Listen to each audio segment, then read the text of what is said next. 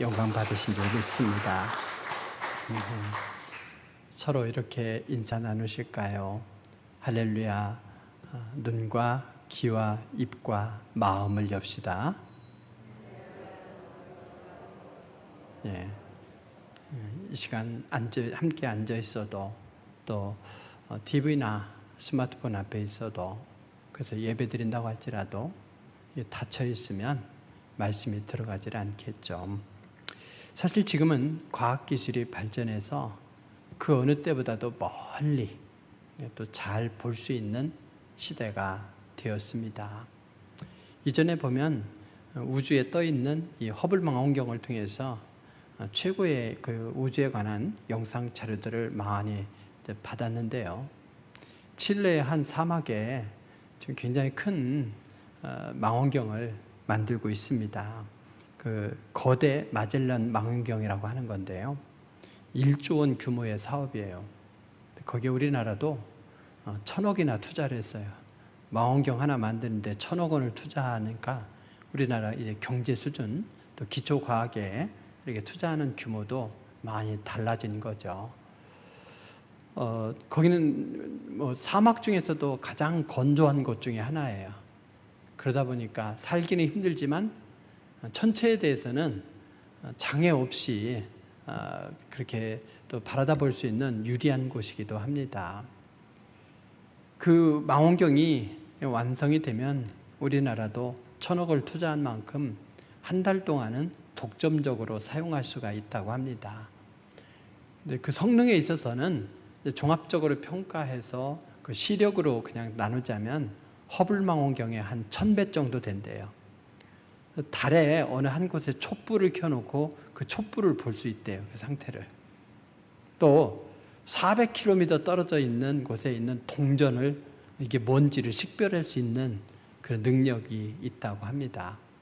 그러니 얼마나 멀리 또 자세하게 볼 수 있는 기술이 있는 겁니까? 우리는 또 잘 들을 수 있는 시대를 살고 있어요.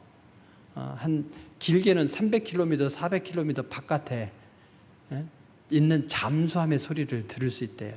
그것을 식별해낼 수 있는 능력이 있어요. 참 대단한 기술이 아니겠습니까? 또 우리는 언어를, 외국어를 잘 못해도 번역기를 통해서 그래서 줌이든지 이런 여러 대화 채널을 통해서 지구 반대편에 있는 전혀 모르는 사람과 그 언어를 모르는 사람하고도 소통할 수가 있습니다. 물론 가끔은 번역기가 엉뚱한 번역을 해가지고 당황스럽기도 하지만 그걸 전제로서 서로 이해하면서 소통할 수 있어요. 그래서 멀리 보고 또 잘 듣고 또 말도 잘 할 수 있는 이 시대를 살고 있는데 문제는 뭡니까? 정작 가까운 사람들끼리 소통이 잘 안 돼요. 뭐 어른 그 같은 집에서도 부모와 자녀 간에 정치에 대한 얘기 못 하잖아요. 또 이웃들끼리도 정치에 대한 얘기하다 싸우잖아요. 안 돼요, 안 돼. 이게 말이 잘 안 통하고 듣는 것도 내가 듣고 싶은 것만 듣습니다. 또 참 재밌는 건 유튜브나 페이스북도 보면요. 내가 관심 있는 것을 또 보여주고 들려줘요. 그러니까 그 방향으로 들려주다 보니까 계속 살아가면서 자기가 생각하는 것에 대해서 확증 편향을 갖는다는 거예요.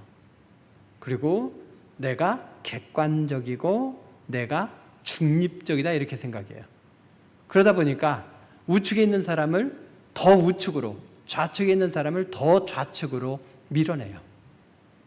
내가 듣고 싶은 것만 듣고 내가 말하고 싶은 것만 하다 보니까 소통이 잘 안 되죠. 답답하죠. 결국에는 갈등과 분열, 비판, 심지어는 폭력까지도 거기서 오가는 것을 보게 됩니다. 지금 코로나19 제4차 대유행의 위기 상황을 보내면서 우리는 어떻습니까? 방역에 최대한 협조하기 위해서 만남을 최소화하죠. 만남을 최소화하다 보니까 어떻습니까? 답답한 거예요. 심지어 우울증에 시달리고 있는 분들이 많이 있다고 합니다.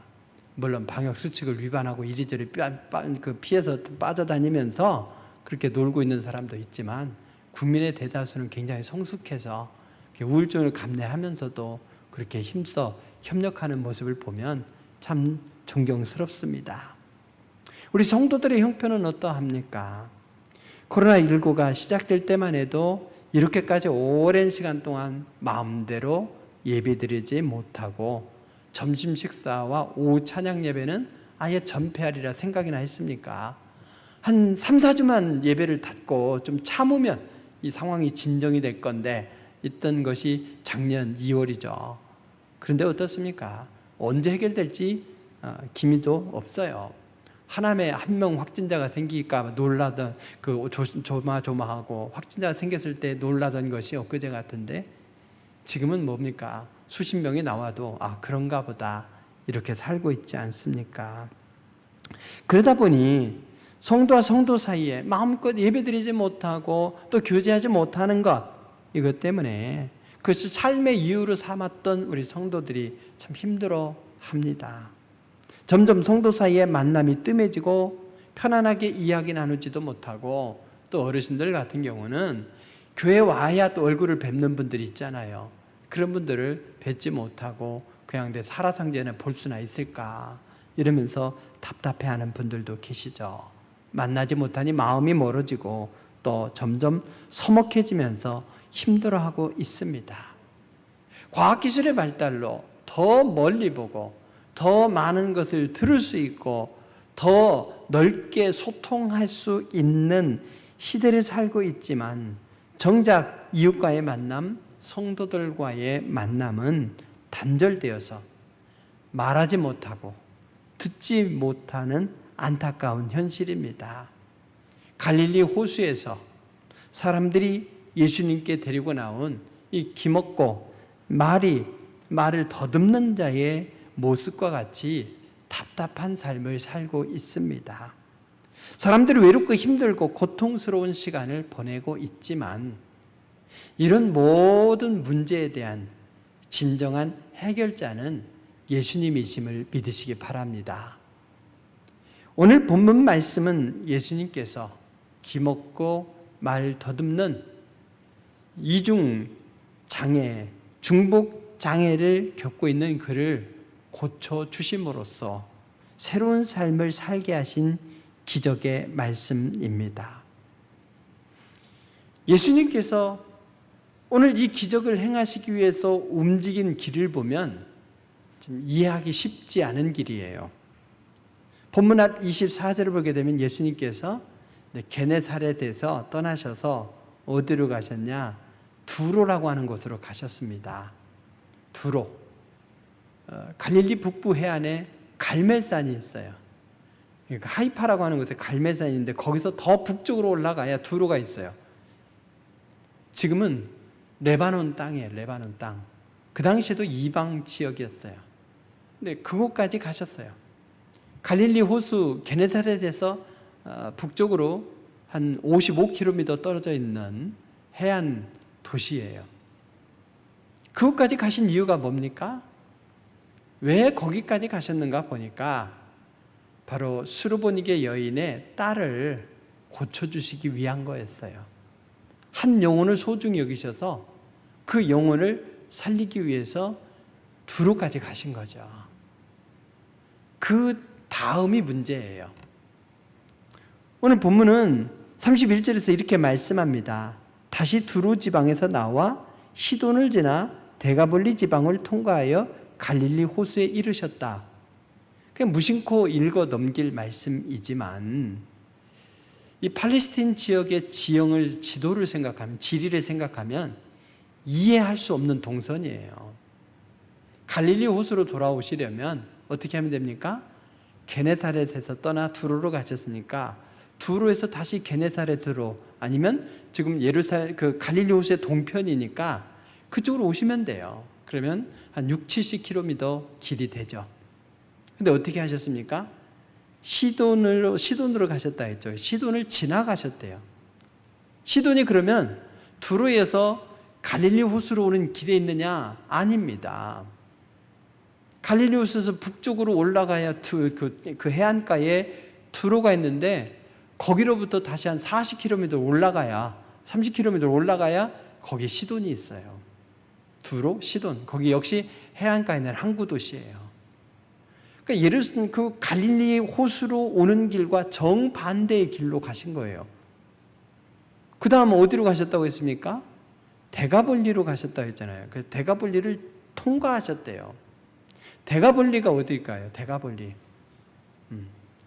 얼마 전에 프로 골프 선수가 대큐풀이라는 걸 했어요. 대큐풀. 대큐풀을 아시나요? 대큐풀 보기라고 했어요. 대큐풀 보기.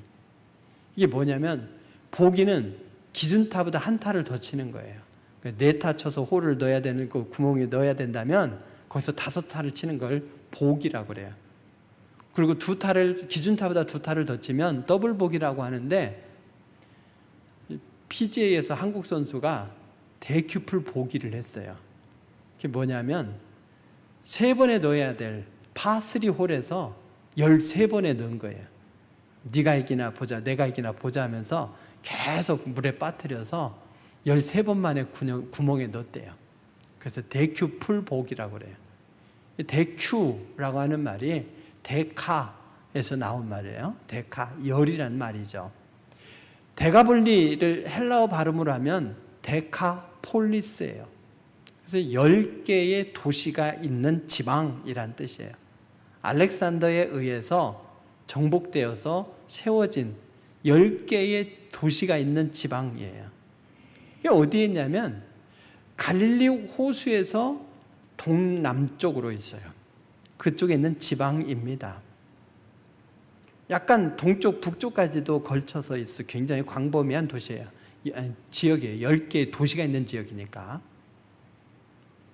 시리아로부터 요르단까지 걸쳐 있는 곳입니다. 그러면 예수님께서 어떻게 가셨느냐? 두로에서 북쪽으로 30km 올라간 시돈으로 가셨어요. 거기서 동쪽으로 옮기셔야 돼요. 그러면 거기에 헐몬산이 있기 때문에 헐몬산 남부로 이렇게 도셨겠죠? 그렇게 하시고 지금의 시리아 지역으로 가신 거예요. 그래서 거기서 다시 남쪽으로 내려가셔. 한참을 내려가셔야 갈릴리 호수의 동남쪽에 있는 대가볼리 지방이 나오는 거죠. 거기서 어느 지역을 가셨는지는 모르겠어요. 근데 그곳을 통과해서 다시 어떻게 해요? 서북쪽에 있는 갈릴리 호수의 동쪽으로 오신 거예요. 그러니까 어느 정도냐면 우리나라에 그 수도권 제1순환도로가 있잖아요. 그걸 넘어서서 수도권 제2순환도로로 도셨다고 보시면 돼요. 그냥 바로 오시는 길이 있는데 그 길로 오시지 않고 북쪽으로 가서 동쪽으로 가서 남쪽으로 내려와서 그렇게 해서 다시 서북쪽으로 갈릴리 호수 동편으로 오신 거예요.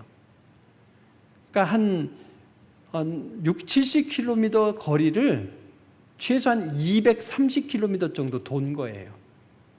그러면 자동차로 돈 것이 아니고 걸어서 움직이셨기 때문에 오늘 31절에 나오는 다시 두루 지방에서 나와 시돈을 지나 대가볼리 지방을 통과하여 갈릴리 호수에 이르셨다. 이 한 절은 최소한 열흘 이상 걸리는 길이겠죠. 최소한 엄청난 길을 돌아서 오신 거예요. 어떻게 해서 이렇게 먼 길을 도셨을까? 이 말씀을 보면서 예수님께서 바로 오시면 되는데 비효율적으로 움직인 것이 이해가 안 되죠. 이 말씀을 보면서 이 생각이 들었어요. 사도행전에 보면 사도 바울에 대한 말씀이 있는데 이런 말씀이 있어요. 부르기아와 갈라디아 땅으로 다녀가. 그 사도 바울이 아시아 지역에서 선교를 하는데 다녀갔을 뿐이에요. 열매가 없어요. 무시아 앞에 이르러 다시 비두니아라 가고자 할 때 애쓰되 예수의 영이 허락하지 아니하셨어. 그래서 막혔어요. 무시아를 지나 드로아로 내려가셨다. 그러니까 굉장히 광범위한 터키 서부 지역을 그냥 막 다니기만 했어요. 열매가 없어요. 그래서 드로아라고 하는 항구까지 이르게 된 거예요. 거기에서 마게도니아 사람이 환상 가운데 나타나서 우리를 도와달라. 이래서 드로아에서 배를 타고 네아폴리로 가서 지금의 까발라로 가서 거기서 빌립보 지역으로 들어가 복음을 전하지 않습니까? 예수님께서 두로라고 하는 이방 지역에 가신 김에 지금의 레바논 땅, 또 시리아 땅, 그리고 요르단 땅에 있는 이 이방 지역의 복음을 전하고자 또 영혼을 살리고자 노력하셨을 겁니다. 그런데 열매가 없으셨던 거죠. 그래서 지나고 통과하는 길밖에 되지 않았던 거예요. 마음이 다치니 예수님조차도 그들을 어떻게 할 수가 없었던 겁니다. 결국에는 갈릴리 동편으로 돌아오신 거죠. 멀리 이방 지역 외곽을 돌아서 오셨지만 열매가 없이 이곳에 도착하셨고 이곳에서 첫 열매를 지금 보시는 거예요. 그러니까 30절과 31절 두로에서의 상황과 오늘 이 갈릴리 호수 동편에서의 상황 사이에는 엄청난 시간의 간격이 있다고 보시면 됩니다.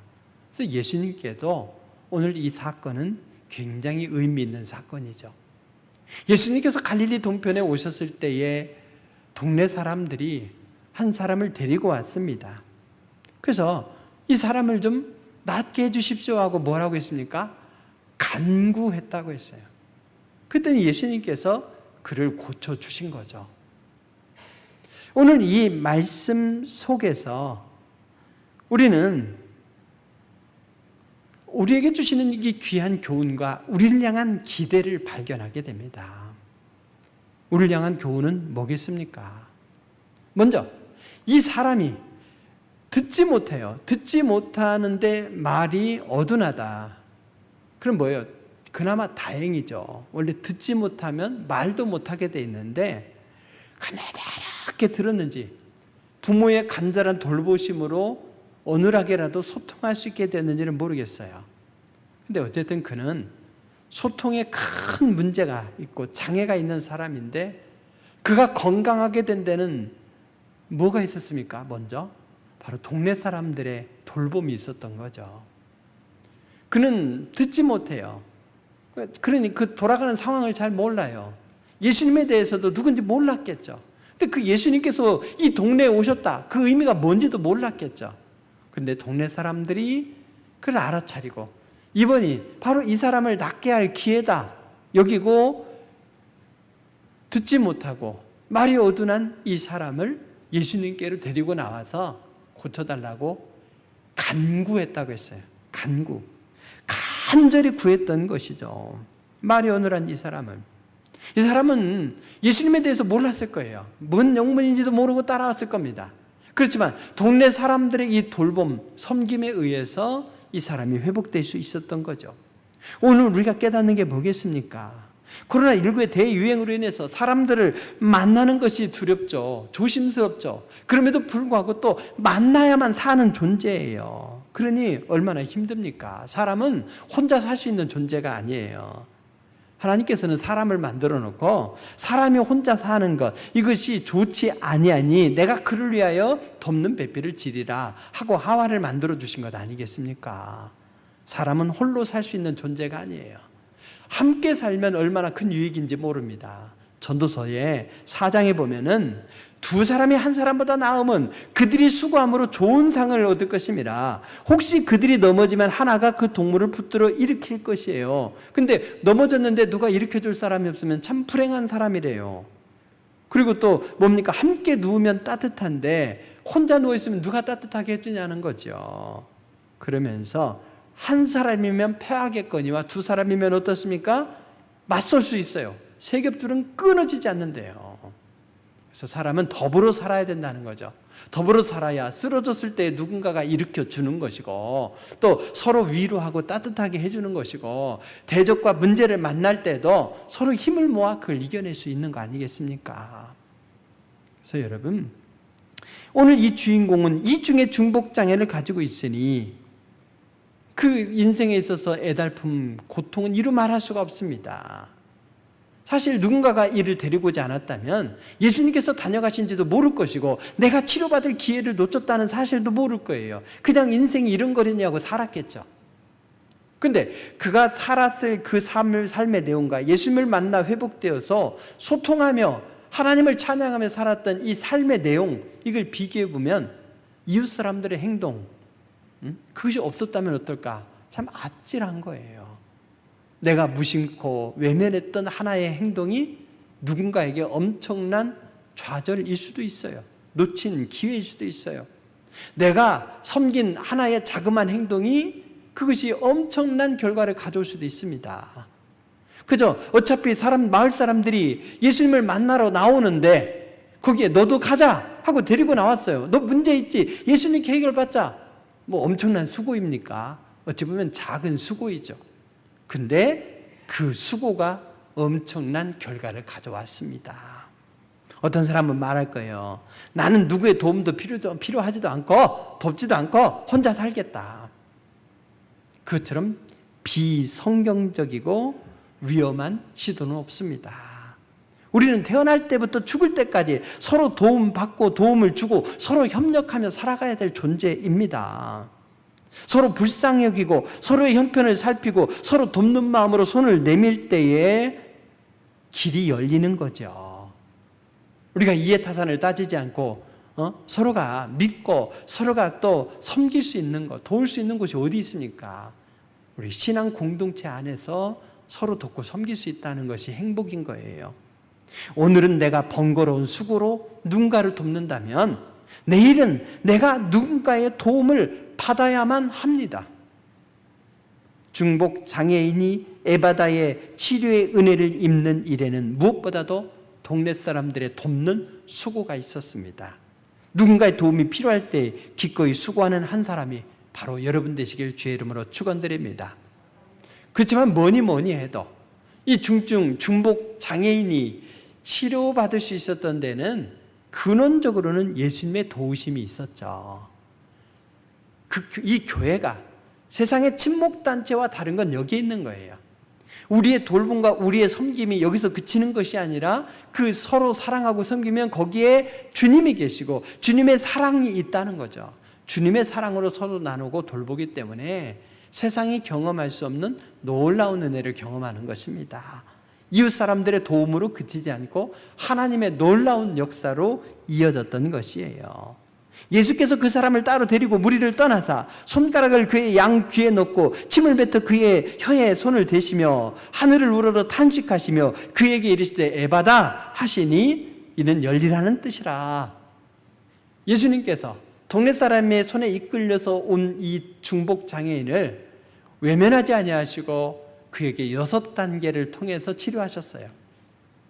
에바다 그냥 한마디면 될 것인데 달리다굼 소녀야 일어나라 나사로야 나오너라 이랬을 때 역사가 일어났잖아요.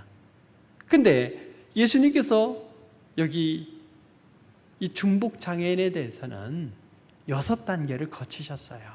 왜 그럴까요? 듣지 못하니까 에바다 해봤자 소용없었을까요? 그건 상관없어요. 여기에서 이 사람을 배려하는 친밀한 사랑의 행동을 보게 됩니다. 6단계를 어떻게 거쳤습니까? 먼저 동네 사람들이 데리고 왔으니까 여러 사람들이 있겠지만 예수님께서 이 사람을 따로 데리고 무리를 떠나셨대요. 그래서 예수님과 중복 장애인 둘만의 만남의 시간을 가진 거죠. 사랑하는 성도 여러분, 우리가 바쁜 시간을 살고 있죠. 수많은 사람들과의 만남 속에 살고 있습니다. 그렇지만은 이 속에서도 나와 예수님과 단독으로 만나는 시간을 확보하는 여러분 되시기 바랍니다. 그게 주님과 소통하고 주님의 은혜를 경험하는 길이에요. 새벽 시간이든 저녁 시간이든 꼭 주님과 나만 만날 수 있는 시간을 가져야 돼요. 오늘 예수님은 일부러 한적한 곳에서 둘만의 만남의 시간을 가졌던 거죠. 본격적으로 치료하기에 앞서서 예수님께서 2가지 행동을 하십니다. 하나는 뭐냐? 그 사람의 양쪽 귀에 손을 넣으셨어요. 귀에 갑자기 손을 넣었는데 이 사람은 맹인이 아니에요. 그걸 다 지켜보고 있잖아요. 이분이 뭐 하시는 거지? 이럴 수 있잖아요. 전문가들은 이것을 가리켜서 일종의 그 행동 언어다 이렇게 말씀해요. 즉 지금 좌절과 절망 속에 있는 이 사람에게 예수님께서도 뭐 어쩔 수 없을 거야 큰 기대도 없는 그에게 그 귀에 손을 넣어서 뭐라고 하시느냐? 너의 귀가 낫게 될 것이다. 이것을 선포해 주시는 거라는 거죠. 행동으로 선포해 주시는 거예요. 여러분, 우리의 행동도 예수님처럼 이렇게 또 다른 사람들에게 희망을 선포하는 행동이 될 수 있길 바랍니다. 예수님께서는 또 어떻게 하셨습니까? 침을 뱉어서 그것을 손가락에 묻혀서 그 사람이 혀에 댔다고 했어요. 오늘날 같으면 큰일 나죠. 코로나19 상황에서 큰일 나죠. 옛날 그 할머니들이 어떻게 했습니까? 손주들에게 죽을 먹이는데 어떻게 해요? 호호 불고 입으로 해가지고 이렇게 먹이잖아요. 아니면 입으로 씹어서 이렇게 뱉어갖고 먹이기도 하는데, 며느리들이 듣는 순간 듣기만 해도 지금 인상을 찌푸리게 되겠죠. 근데 예수님께서 이해하지 못할 행동을 하셨어요. 아마 예수님의 침맛을 처음이자 마지막으로 본 사람이 이 사람이지 않겠어요? 이것도 마찬가지로 예수님의 섬세한 배려이고 사랑이죠. 너의 입이 열리게 될 것이다 라고 하는 행동 언어였습니다. 예수님께서 따로 한적한 곳으로 이 사람을 데리고 가시고 귀에 손을 넣으시고 그리고 입에 침을 묻힌 손가락을 대시고는 그 다음에 어떻게 하셨습니까? 하늘을 우러러보셨다고 했어요. 뭡니까? 아들조차도 하나님 아버지께서 역사하셔야 된다, 그것을 사모하면서 하늘을 바라보신 거죠. 여러분, 우리의 어깨가 처지다 보면 고개도 숙여지고 고개를 들 힘이 없어지죠. 그렇게 지치고 힘들 때일지라도 하늘을 바라보시기 바랍니다. 우리의 인생의 해결책은 하늘로부터 내려오기 때문입니다. 예수님께서 그 다음에 탄식하셨다고 했어요. 탄식하셨어. 즉 그 사람의 삶의 형편을 공감하신 거예요. 근데 참 재밌는 건요, 이 탄식한다라고 하는 이 말, 탄식하시는 건 동정한다는 말인데, 동정한다는 말은 좀 독특한 의미예요. 히브리서 4장 15절을 보게 되면 예수님께서 인생의 고통과 슬픔을 친히 동정하시는 분이라고 했어요. 이 동정한다는 말은 감정의 공유의 의미를 넘어서서 그 사람의 어려운 문제에 직접적으로 행동으로 개입하시는 것을 포함합니다. 즉 예수님께서 너의 귀가 나을 거다, 너의 입이 나을 거다 희망 고문만 하신 것이 아니라 구체적인 행동으로 그들의 문제를 해결해 주시는 거예요. 이 사람은 예수님을 바라보면서 무엇을 하실까? 눈으로 똑바로 보았겠죠. 무슨 말씀을 하시는지 안 들릴 거예요. 듣지 못하는 자니까. 에바다! 말씀하신다고 해서 못 들어요. 그렇지만 이미 그는 예수님의 이 행동 속에서 뭔가 나를 위해서 능력 있는 일을 행하실 거다라고 하는 것이 믿어지는 역사가 사전에 일어난 거죠. 그걸 에바다 했을 때에 귀가 열려 듣게 되었고 입이 열려서 그가 뭘 했겠습니까? 바로 하나님께 주님 앞에 감사하고 하나님을 찬양하고 이웃과 소통하면서, 이런 일을 전하지 말라 예수님께서 금지하셨음에도 불구하고 다른 사람들에게 나누는 삶으로 살게 되었던 것이죠. 사랑하는 성도 여러분, 우리가 인생의 문제를 해결받는 데에는 어려운 상황에서 예수님께로 인도하는 이웃이 필요합니다.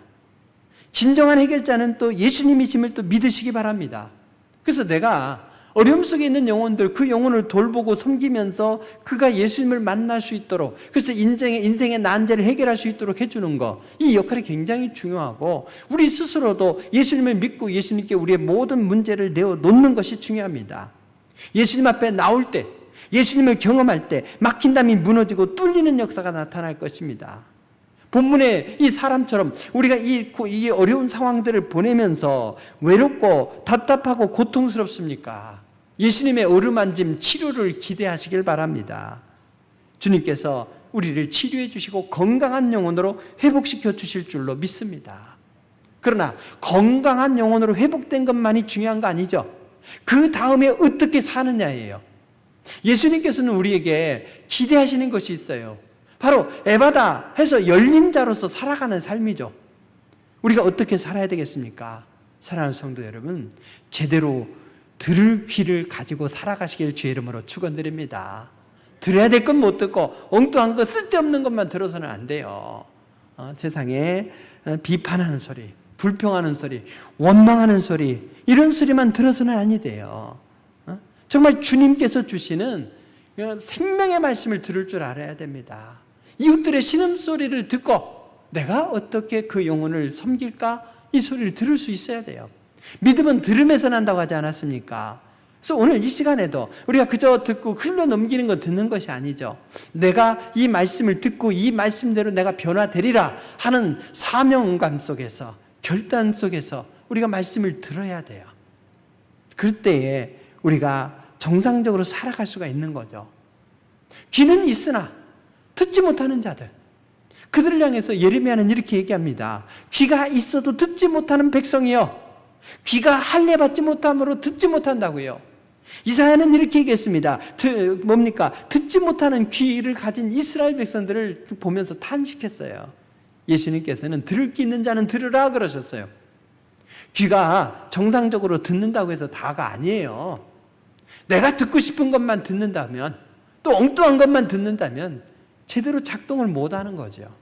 그래서 하늘의 음성을 듣고 이웃들의 신음소리를 들을 줄 아는 여러분 되시길 주의 이름으로 축원드립니다.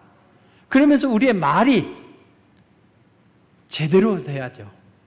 우리의 입술이 열려서 할 말은 하고 기쁨과 감사를 표현하시길 바랍니다. 그렇습니다. 불평과 원망의 말이 쏟아져 나와서는 안 돼요. 오늘 입술이 열린 사람이 감사를 표현하고 하나님을 찬양하고 이웃들에게 예수님께서 행하신 일을 전했다면 우리도 역시 마찬가지로 이웃들에게 희망과 위로의 말을 선포하고 감사를 선포하면서 살아야 될 줄로 믿으시기 바랍니다. 사람들에게 따뜻한 위로자로서 살아가야죠. 먼 길을 돌아오셔서 귀 먹고 말 더듬는 자를 치료해서 열어주신 예수님의 마음을 이해하시기 바랍니다. 오늘 우리들에게 기대하시는 그 기대를 들을 수 있기를 바랍니다. 주님께서 에바다 열려라 하시니 여러분의 여러분의 눈이 열려서 신령한 눈이 되어 하늘을 바라보면서 정말 하나님께서 이루실 일을 기대하는 여러분 되시길 바랍니다. 주님께서 에바다 열려라 하시니 여러분의 귀가 열려서 신령한 귀가 되어 정말 주님이 주신 생명의 말씀을 듣고 이웃들의 신음소리를 듣고 여러분이 어떻게 살 것을 결단하시길 바랍니다.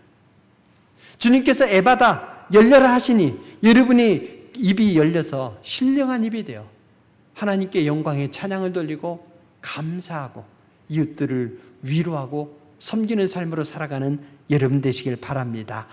주님께서 우리의 마음과 생각을 지켜주시고 행복한 사명자로 살게 하실 줄로 믿습니다. 이 시간 눈도 열리고 귀도 열리고 입도 열리고 마음도 열리는 에바다의 은혜가 있길 바랍니다. 모든 장애물들, 상처와 아픔, 죄와 죄책감, 그리고 비참함으로 인해서 다쳤던 이 어두운 인생이 활짝 열려서 이 땅에서 천국의 삶을 살면서 하나님 나라를 확장시켜가는 복된 사명자로 살아가는 여러분 되시길 주의 이름으로 축원드립니다. 기도하시겠습니다. 귀하신 아버지 하나님, 과학기술이 발달하여 어느 때보다도 멀리 보고 또 어느 때보다도 또 미세한 소리도 듣고 어느 때보다도 폭넓게 소통할 수 있는 시대를 살고 있지만 점점 우리의 관계는 닫혀가고 우리가 듣고 싶은 것만 듣고 보고 싶은 것만 보고 말하고 싶은 것만 말하면서 갈등의 수준이 높아져 가고 그러면서 점점 고통 속에 살아가는 이 시대에 오늘 이 귀한 말씀을 주시니 감사드립나이다.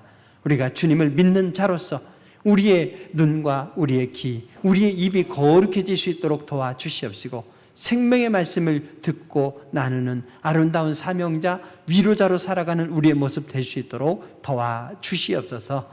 예수님의 이름으로 기도드립니다. 아멘. 284장